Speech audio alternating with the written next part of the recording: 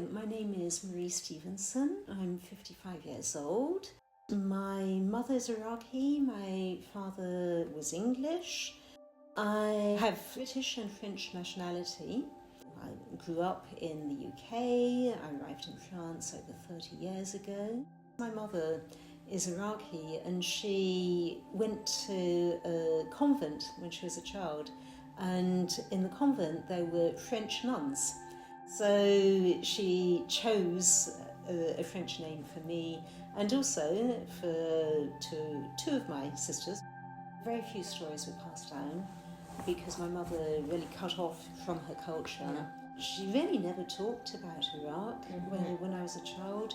It was only really when she started to lose her mind and when she, in the early stages of Alzheimer, that she started to talk about a few stories from her childhood, and apparently her family's house was on the Chateau Arab River, and that sometimes her mother would welcome the sailors who would come and have a cup of tea in the house. I always felt different to the other children at school, to my friends. I didn't quite belong. I never really pinpointed it at the time because at the end of the day I look more English than I look Iraqi, so physically I fitted in. That was actually a part of my identity that was lacking.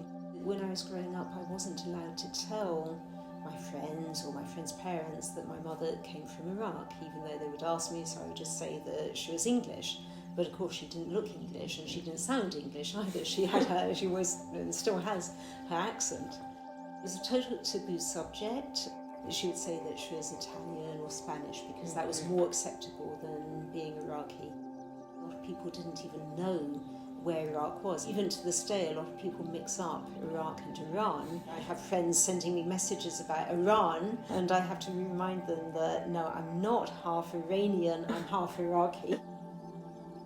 I would hear her speaking Arabic when she was on the phone with her sisters, her brother sometimes, and sometimes with her cousins. She never spoke Arabic with us, and also I have to point out that my father was very strict about that. There was very little experience of the Iraqi heritage growing up, but she did have her specialities, which were kippy halibs and what we understood to be potato chops.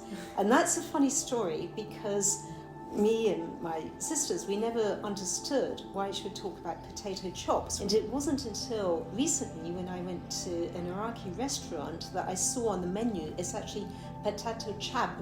So I think she was actually pronouncing it in that way, but we just understood potato chops. The only time really that she talked about it was when the Americans and the British went to war with Iraq. She actually hated Saddam Hussein and was happy to see him being thrown out. The war in Iraq, when the Americans and British went in, it makes me really angry to see what they did to the country, the way that they went in there, took what they needed and left the country in the mess that it's in today. I'm grateful to my mother for having moved to the UK, for especially as a woman to have the rights that we have as women. Of course, there's not total equality in our society, but compared to the situation in Iraq, it's all very unclear. The general story was that she and her family just wanted a better life. There's a story of that they were Christians, Catholics, and that they were the minority and they were afraid that they would be persecuted. The real reasons are actually very unclear. My grandmother, apparently before moving to the UK, she burnt all the photos that she had of the family. I came to understand the importance of my Iraqi identity. And so the way that I found of actually reconnecting to that is through food. I'll make a feast of Iraqi food. After having grown up, not being allowed to tell people that I was half Iraqi, today I openly tell people.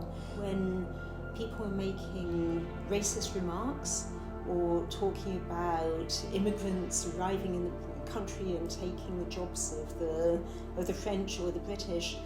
I just like to say I'm a child who comes from an immigrant, that I myself am half Iraqi. People then get very embarrassed because at the end of the day I'm white passing. I'd like to pass on those values of tolerance and giving opportunities to immigrants.